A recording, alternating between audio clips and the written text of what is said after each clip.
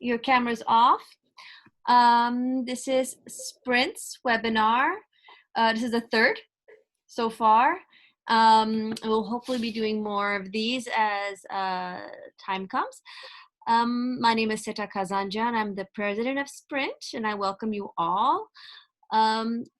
If you have any questions during the talk, please use the chat function and we'll answer questions as they come.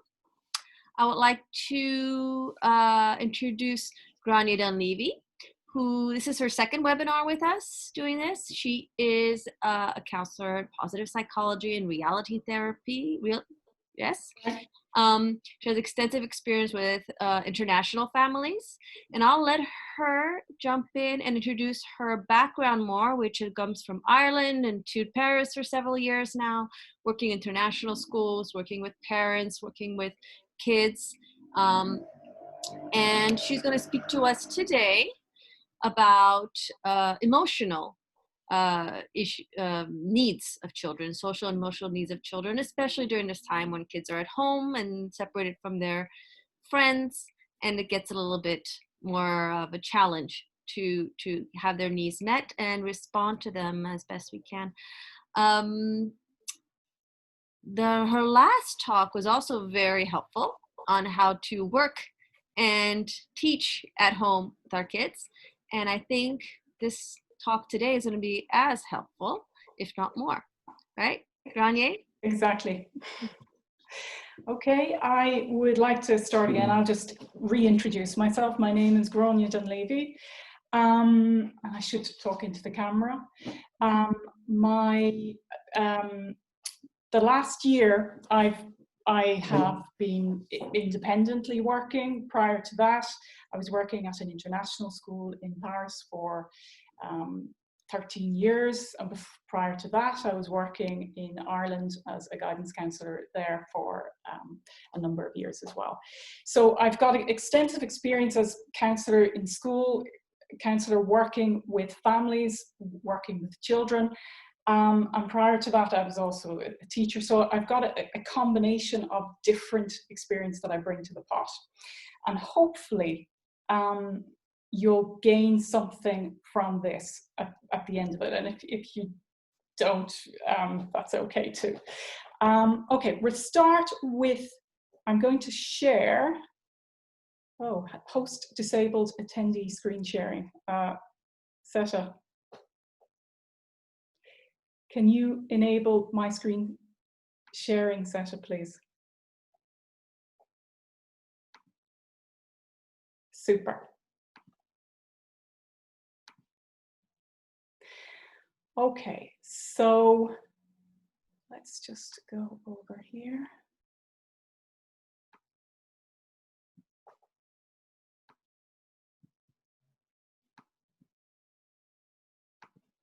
Present. Okay, so that is the title, How to Support Kids' Emotional and Social Needs at Home. And what brought about this particular presentation was really, it was coming from parents' concerns, and they were concerns about regression in emotional and social skills. And in particular for kids who are, have low social skills or have even verging on Asperger's and stuff like that. So you're talking, very low social skills and also emotional emotional outbursts and things. So what I wanted to start with is to look at, well, what does learning generally look like? And usually it doesn't happen in a straight line. Learning happens in a curve, and there can be all sorts of things that interfere with learning, whether a kid is ill, whether a parent is ill, and things like the pandemic fall into that category. So don't worry too much about what's going on, but there are things that we can do to help to build skills from home. And what we're going to look at today is a framework of strength-based parenting, and we're going to look at some basic needs and some other tools that can help. Okay.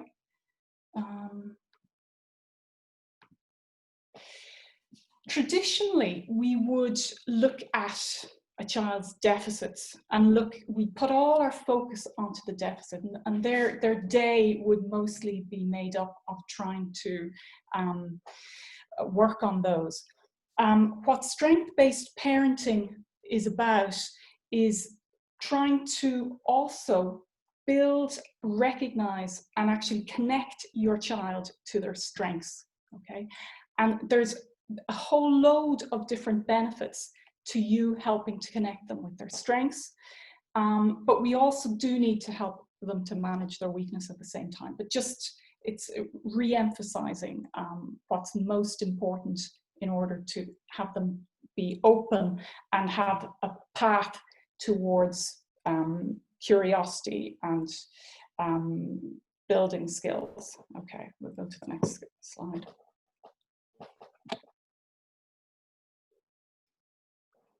Okay, so when kids use their character strengths, and you're talking about their top 5 character strengths in particular, so their significant, their signature character strengths give them a sense of positive emotions. So things like that, it makes them feel happier, it helps them to feel calm, it helps them to feel in control, okay?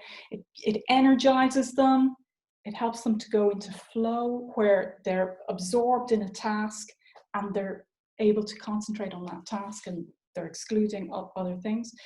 It gives them a sense of power, confidence, and openness and curiosity. And why that's important is when they use their strengths, we want them to build from their strengths to do other things. So things like curiosity and openness are necessary for them to build empathy. Okay. If you look at the VIA character strengths, this is the range of 24 VIA character strengths. When kids are using these, when they're using their top 5 signature strengths, they feel energized, they're in good humor, and that brings about a real positivity within them, that they're willing to do other things. I don't know about you, but there are certain things that I feel that I need to be in the mood to be able to do. Okay, I hate shopping, for example, and sometimes I'd be waiting to be in the mood to actually go shopping, or you might be waiting to be in the mood to take on a particular task. By using your strengths, you find that your positive emotions increase and you get into that mood. It's not that the mood just hits you. It's like by connecting with your strengths, and that could be connecting with other people. It could be being creative. It could be a love of learning. It could be humor, etc. Whatever it is that are your signature strengths, if you can connect with those, then you'll find that you're more open, you're in the right mood to take on those things that are more difficult. And for kids, if there are things that they are particularly good at, and we can recognize those and we can help them to develop them, then they're going to be more able to take on those more challenging tasks. Okay. All right. So one of the important things is to help them to recognize what they're good at, to recognize those strengths. The VIA strengths are one list, and there's a whole load of research, scientific research about the VIA strengths. But you can use other words. You can use words that are meaningful to your family. But by recognizing them, you're recognizing when your child is feeling energized. By their body language, you notice that they're in flow, you notice that they are they're doing something, they're taking on a task that they're enjoying, that they're working with. If you name it, it helps to strengthen that within them. And if you name it in front of others, it has a really powerful effect. So we want to encourage them to develop these signature strengths. Signature strengths can change over time, especially through teenage years, where you find that your brain changes quite dramatically. Our brains are quite plastic, so they change a lot over the years. But at the same time, as parents, we can recognize that your kids are energized doing these things, and that will help them to overcome challenges. So you can say things like, you showed real kindness earlier with your sister, offering her a turn. So kindness is a strength. Or, I noticed that you were using your creativity today. You drew 2 lovely pictures. So again, you're recognizing it with a word, you're naming it so that they feel to themselves, oh, I am being creative. And they might be big words, but kids get used to big words, and they say, you'll hear them saying to each other, well, I'm actually creative, or I'm kind. They will use the words that you use with them. The environment where their strengths thrive.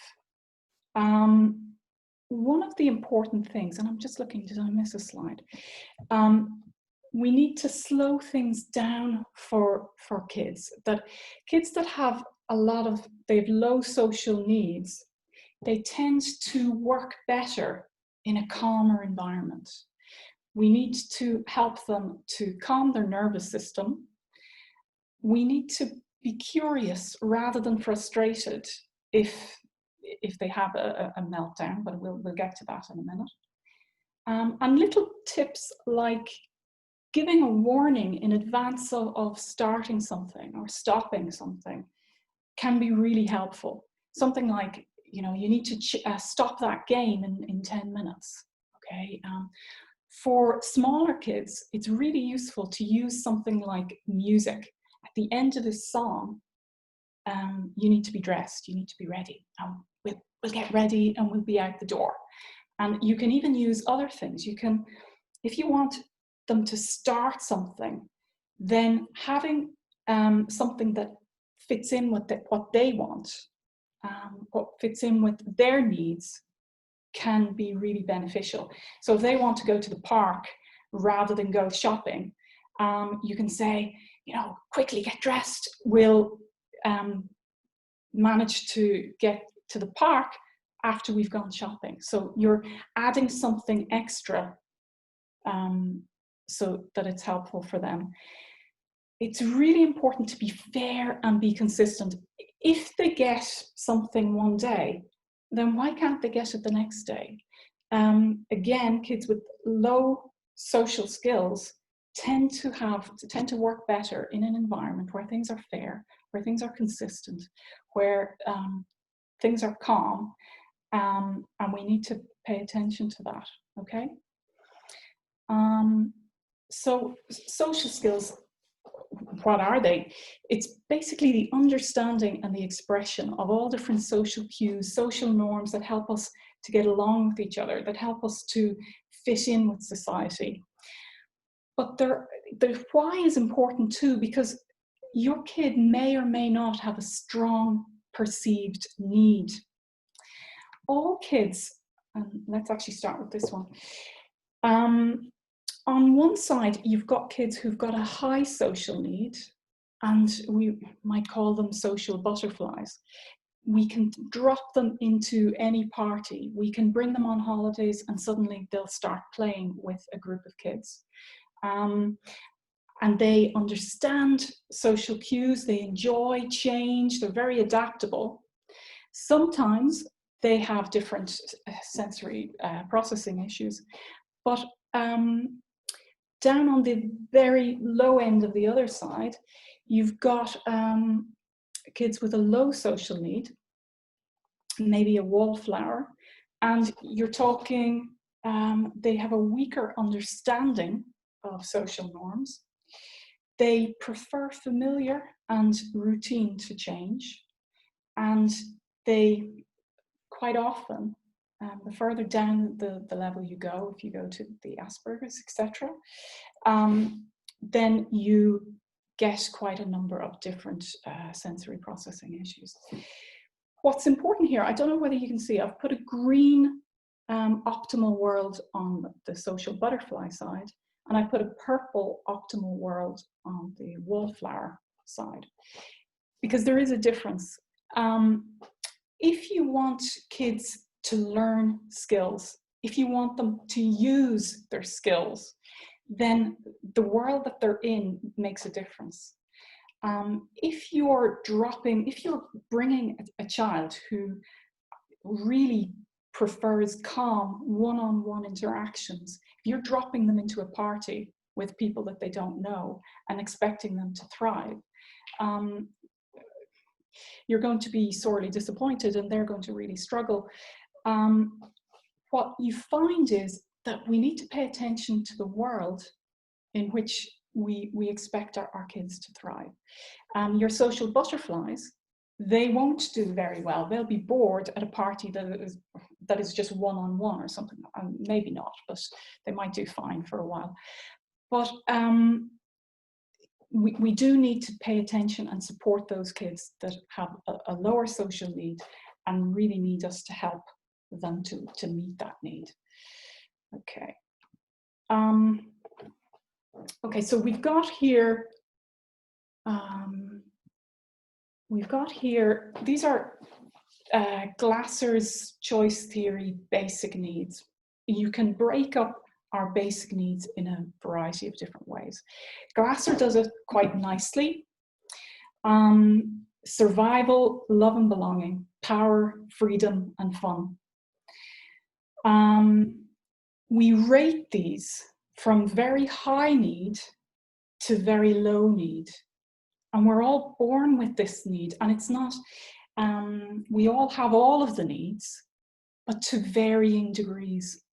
What's really interesting is part of my training at one point in time involved doing a blind date type thing. So you had to match somebody's profile with somebody else's profile. So if you have somebody who's got like a very low love and belonging need, and they're partnered up, they're dating somebody who's got a very high love and belonging need, there's going to be quite a number of different types of conflict. The amount of affection that they might need, the amount of socializing that they want to do. The power need, again, if you've got one person who's got a very high power need and one person who's got a very low power need, if you bring them together, they, well, you might find that one dominates the other and they're perfectly happy. Excuse me, I'm going to go back here. But you may find that it's not a healthy relationship either. Interestingly, if you've got somebody who's got a very low social need, which is the love and belonging need, sometimes you also have their nervous system might be on high alert, their survival need might be quite high. But also you might find that their power need, their need to do the best, it's the need that gains you confidence. When you're doing something that you're really good at, you might be quite protective of it. And if somebody else wants to do something slightly different, you may not be as adaptable if you also have that low power or low love and belonging need. So if you've got a low love and belonging need and a high power need, and also a high freedom need, which is, it's like when you've got somebody who wants to march to the beat of their own drum. They want to do things the way they want to do things. And if somebody else wants to do things a different way, then it's just not on their radar. They're just not interested. So if you've got somebody who fits this type of profile, they're going to struggle socially. And we do need, again, to tap into those strengths to get them to be in the mood to really push through that challenging time, okay? But we also need to create the environment within which they thrive, okay? Because we want them, they do have a need, they need to also be able to meet that need, and they can't meet it if they don't have the skills in the first place. They may have lots of opportunities, as you might see it, to meet this need, but if it's not in their way of working, if it's not their optimal world way of working, then they're going to disregard it. Okay, so I'll get back to that again in a minute. And if you've got questions, because I'm going quite fast, you can ask them in the chat and we'll address them at the end. So again, there is a difference between mastering a skill and choosing to use it. So a child may know how to play football and never want to play football. They may know how to make eye contact. They may know how to say sorry. They may not choose to do it. There are various other factors that are involved in social skills, and it's not just the skill itself. So where can you start when you're at home? My advice would be you start with what's most difficult to handle, okay? Because I know some of you are struggling at home at the moment. And if there's a reoccurring problem, then you start there. But you start with just one skill and you aim to change that one thing over roughly about 6 weeks. You can't change things very quickly, especially if they're ingrained habits. Some things are going to be easier to address at school with a peer group or with a therapist. So be aware of that. And you don't need to take on the role of a therapist or a teacher. In fact, it can be counterproductive if you do take on this role. But use opportunities that present during the week, and you can have some success. Small success going in the right direction is a really good thing when it comes to, helping kids. Okay. So what are the habits that can help to support development of social skills? Things like having a routine of having a board games night. I mentioned that before in a previous webinar. Board games night can teach quite a number of different skills, from sharing to turn taking to even losing. Kids on the playground, if they aren't used to losing, if they're playing football and they have never lost a game in their life, then they have a little meltdown, okay? So they need to get used to losing in a safe environment so that you can help them through it. It's an opportunity for them to learn, okay? Modeling positive social behavior at home during the day is a great thing. It's a great way to support their development of skills.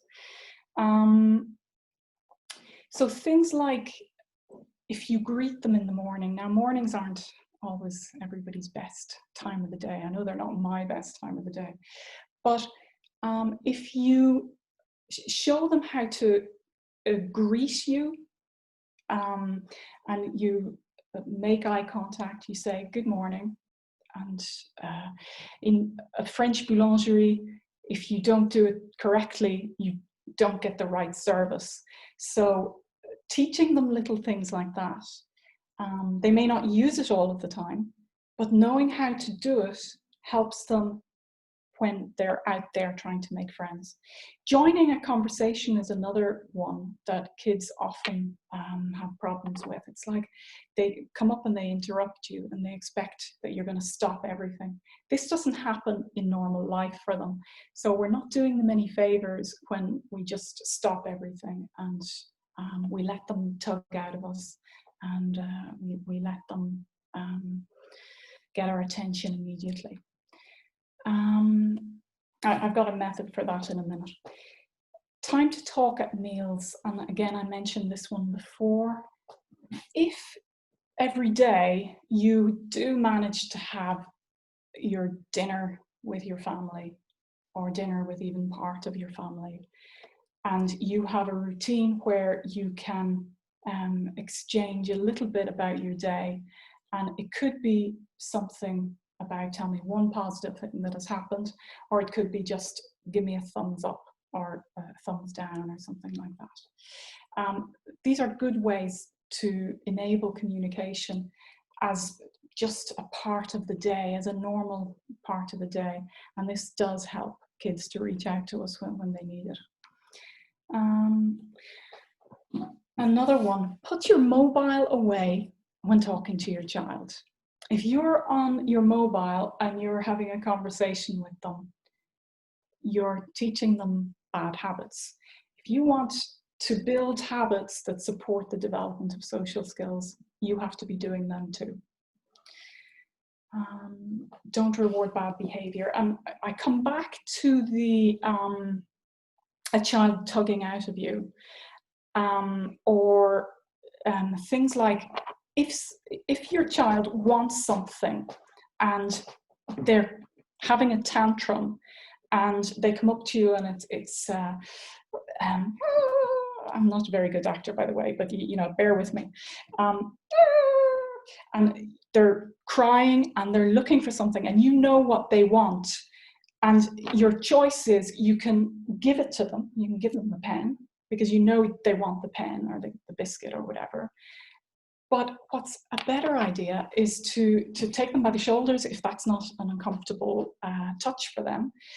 Hold them by the shoulders and say to them, you know, can you take a deep breath? I really want to understand what you're trying to tell me, but I can't understand you. So can you just take a breath, and can you use your normal voice, and then I'll understand. It's important that they learn to self-regulate themselves, so that, and they learn that this is an important skill for them to learn in order to be understood. Because if they don't understand that that this is a skill they need to have, then when they go into school, when they're with their friends, they will expect that their friend knows what they want. The friend won't know what they want. They're going to have to calm themselves down and explain what's going on. So from a young age, if you ask your child, I really want to understand you, can you please use your normal voice, can you just take a deep breath? And you work with them at that moment, that can help to calm them down. But it's also a good social skill for them, okay? When it comes to social skills, we say it as a very, you know, as if it's one thing for each different concept. But we have to break them down into different parts. So something like saying sorry or asking for something, there's loads of different parts to that. And each part needs to be praised. So if they use the right words, then you praise them. If they use the right body language, then again, you say, that's great, you did the right, you know, body language. If they used eye contact, you score completely. Eye contact is very difficult for kids that have got very low social needs. It can take quite a lot of energy. Certain activities, I wouldn't expect eye contact. If a kid is telling me about a problem, I will let them engage in another activity so that they can concentrate, they can keep their focus on the what they're saying to me, rather than on keeping the eye contact. Okay, so eye contact it's a skill in itself. Meaning, that they mean sorry when they say sorry, okay? That takes real perspective and empathy, and it can take kids years to attach meaning to saying sorry. It's okay if they manage the other three, and they do that well without really meaning sorry. You can explain it to them over time, but it's not going to come like magic. It's not going to come because we request it. Okay, so they need to build skills of strengths of creativity and observation. One of the things that can really help is for them to be a social detective, for you to role model, or for somebody else to role model and for them to notice, and for them to break it down as it's happening. So things like, you role model saying sorry for them, and then you ask them, well, what did you see me doing? And did you notice that I was looking at you while I spoke? So you add the bits that they forgot. How did you think that felt? Or how do you think that somebody felt? And you can do that even with characters in a book. If you're reading a book to a child, you can say, well, what do you think he felt when somebody did that? It's a powerful way to extend the learning, to apply the learning. And then show me how you might try that. Okay, so that's what role modeling in a very, if I was doing it with a child, that's what it would look like, okay? Building skills with other kids. I mentioned a minute ago that it is important to have the optimal world, depending on if you've got a kid who has got high social needs or low social needs. If you've got a low social need kid, what you want to have is kids that are socially similar or just a little bit above, not too intimidating. If you've got somebody who's very, very bouncy on one side, if you've got a social butterfly, they don't always connect with your wallflower that easily. Even though the wallflower might want to be part of the group, they don't always connect that well. Like, studies have shown that kids that communicate best tend to be within the range of their communication preferences, if you like. So you've got kids that are very extroverted and they communicate perfectly well together. They think that they understand each other beautifully. And kids with very low social needs, they understand each other much better. They expect different things. So having a kid who has low social needs, if you can find somebody who's similar, then these are like gold dust. And often you'll find that you might even have a child that they only want to play with one person on the playground.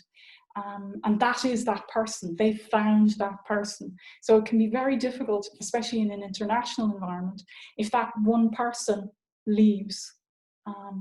You can't just replace the person with somebody else. You need to find somebody who, again, who works within a certain way and who plays familiar games and is willing to, work within that framework. So one-to-one, limited time, again, if you've got, again, the low social need, limit the time for play dates and limit the sensory input. So if you're bringing them to Disneyland, they may enjoy it because it fits in with their fun, their vision of what fun is. But after a while, their nervous system might be saying, this is unsafe, okay? And they may, after a while, they may just tend to freeze up. So what you want to do is be aware of that. Try and be curious about your child, try to understand what's going on. And this can really help with supporting them and with your challenge of trying to help them. Children a little bit younger or a couple of years older can be more tolerant. This can help with building skills, but they still need to find a way to connect with their peers you know, eventually. But they do that over time, okay? What's best is to have a familiar activity, and children that are frequent flyers, children that are familiar to them. Kids need to feel safe. They need to understand how somebody else is going to move in order for them to react okay, to warm up, to want to play with them. So unfortunately, if you have a child that has a low social need, you may need to be quite active in making arrangements. You might have a kid on one side of the scale who is inviting people home without even asking you. And then on the other end of the scale, you may need to really be looking up numbers of parents to see if you can set up a play date with them. So different resources that are at your hand would be things like the group Equipe, Message Paris, and even locally you might find that there's people who match your kids, what they want to find in a friend, okay? Different skills that you might work on with board games and different things, you know, sharing, taking turns, making sure they do what they say they'll do, please and thank you, being kind, different things like that. These are all helpful, but being flexible as well is also really important for kids. Okay, creating habits and social routines that match what works at school can be helpful. If you've got a kid and you're finding it really, really difficult to get them involved and engaged in doing things, you might find that if you've spoken with the teachers and you know what's working at school, and you try to match some of those interventions at home, you'll find that it works better. Just looking at the time, we need to hurry up a little bit. Self-regulation of emotions. We've got two different types. We've got frustration, and we've got sensory meltdowns.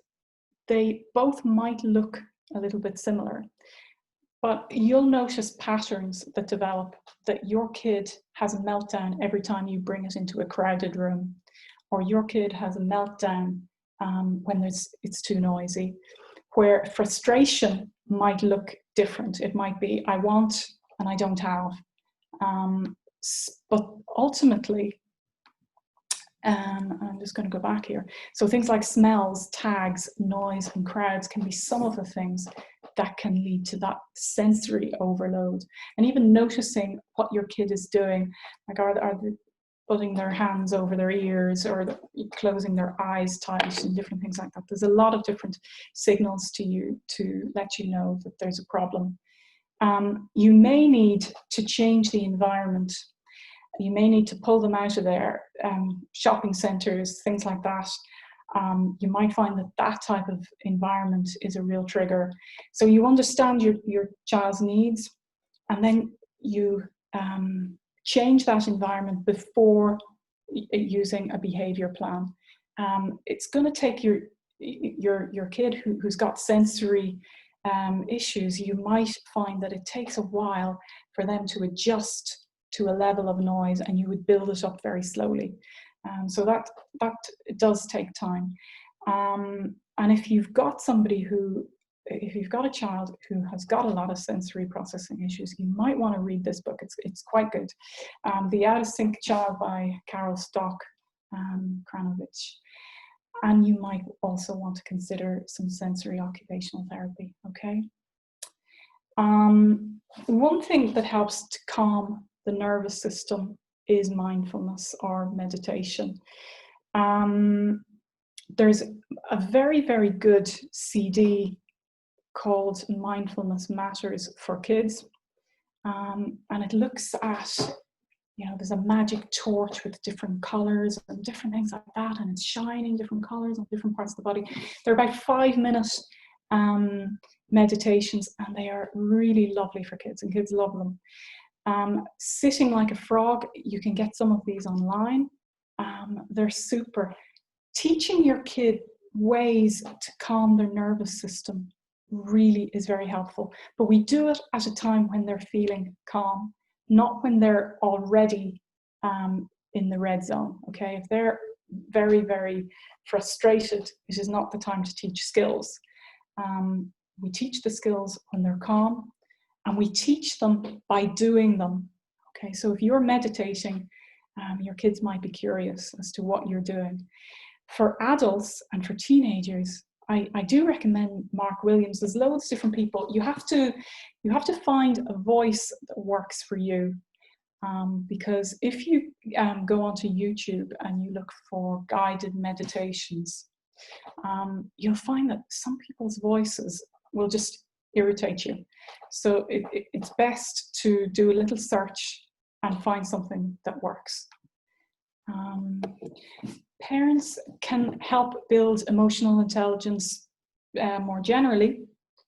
They can help their child to actually notice what sensations are going on in their body. And instead of prompting them and saying, naming the emotion for them, help them to decide how they're feeling. Sometimes it's like things like excitement can look like nervousness. You can be very excited, and you might say that you're very anxious. Okay, so within your body, the sensations might be similar. So if your child is inclined to call them anxiety, then you might want to step back and say, well, the sensations in your body might also be similar to just general excitement. You find that there's various actors and newsreaders, etc., who they have changed their whole performance based on this. You also find that I was looking at a sports coaching thing. This guy, he does, he coaches sports athletes all the time. And one of the first things that they do is they get them to change the way they're naming their emotions. They get them to notice the sensations and to, well, what else could that be? Could that be a positive emotion? It's not that all emotions have to be positive. If they're negative, we need to address them in a constructive way. But sometimes kids are more inclined to name an emotion as a negative emotion that may not be. Okay, so help with perspective. Kids right up to teenagers, etc., need help with perspective. They're still learning up until they're about 25 how to reframe situations. You can use logic and you can use humor, and these are strengths. But if you use humor, you have to use it appropriately as well. But it can be a really great way to take the heat out of a situation. Use conflicts to help to learn to problem solve. And I'm going to show you a behavior car in a minute, okay? Some things that you would, if a kid is telling you about what's going on, you try to get them to use feelings as part of their sentence. So I was feeling disappointed that I didn't get picked up didn't get picked for the team. I'm sorry for taking it out on you. So in their explanation, as they're talking about different events, you try to get them to build in some emotions so that they understand what's happening and they can learn to manage them better. And for younger kids, books with faces and stories about feelings and exploring, what's he feeling, etc., is very useful. This trick is for younger kids, okay? if you've got a child that gets frustrated, it's having a meltdown quite frequently, it really helps to have visual cards. And you can go onto Pinterest, you can download them, or you can go onto several different websites and get them. You've got something on, and then you build ones that work for you. You've got something like, when frustrated, you've got a load of different choices. You can make green choices, or you can make red choices. And you explain this to your child. So you say, green choices might be things like you take 5 breaths, you listen to music, you take a break. Red choices might be, pushing, kicking, throwing, etc. And you give them a lot of different choices, and you build this yourself based on what your child is willing to do. Or you can download it off Pinterest as well. This one I made up. Things like, again, going and getting a glass of water, do a body scan meditation. Hugging a teddy bear releases oxytocin into the bloodstream, and that helps to have a calming effect on the body. There's a lady, Jill Bolt Taylor. She talks about her research shows that it takes about 90 seconds for those chemicals, those angry chemicals, to work through our body. If we can hold off spiraling during that 90 seconds and distract ourselves and just hang in there, then we can help prevent what we might call an amygdala hijack, which is when you start spiraling and it's a complete meltdown. So there's 2 different stages to any meltdown. There's the 90-second one, and then there's like the secondary one. I'm going to actually go forward, and then I'm going to go back again. You've got, this is a behavior car, okay? This is a really useful tool to work with kids, adults, anybody, where you've got, it's a front wheel drive. So the thinking wheel and the doing wheel are the ones that pull the car forward. They're the ones that we can change. If I asked you to think about a pink elephant, you can think about a pink elephant. You've got 100% control over that. If I asked you to raise your hand or to say yes, no, and I'm sorry, the thinking one, you've got about 90% or 80% control. The doing one, though, you've got about 100% control over, okay? We can increase our control over our thinking by practicing meditation and doing other things. But we can change our thinking. We can choose to think of things that we want to, okay? But at the back, if I asked you, I want you to feel happy, just like that, could you do it? And the answer is no. You would have to think about something that makes you happy, or do something that makes you happy. And the same with, could you feel anxious just like that? Could you feel angry just like that? You can't switch it on and off. You have to use either your thinking wheel or your doing wheel. And you can start spiraling. You can choose to focus and to feed your thinking wheel so that you're concentrating on all the negative stuff that could happen. And then you go from the original problem, and then you build another problem to that, etc. But you can choose to change how you're feeling by moving one of these wheels as well. And the body talk is basically your physiology. So this is all what's going on inside your body. This is, being nervous, headaches, tummy aches, etc.